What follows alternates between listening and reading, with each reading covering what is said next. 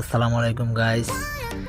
এখন বাগাইহাট আর্মি ক্যাম্পে এসে পৌঁছালাম। দেখেন আজকে পর্যটকের আনাগোনা প্রচুর। আজকে শুক্রবার, বন্ধের দিন, এই কারণে আজকে পর্যটকের আনাগোনা বেশি দেখতে পাচ্ছেন। আর আজকে প্রচুর পরিমাণে গাড়ি যাচ্ছে সাজেক ভ্যালিতে। আজকে সাজেকে বাইক যাচ্ছে প্রায় 300-র মতো। আমাদের আরো বাইক আছে সামনে মাঠে, দেখতেই পাচ্ছেন। আজকে পর্যটকের ভিড়।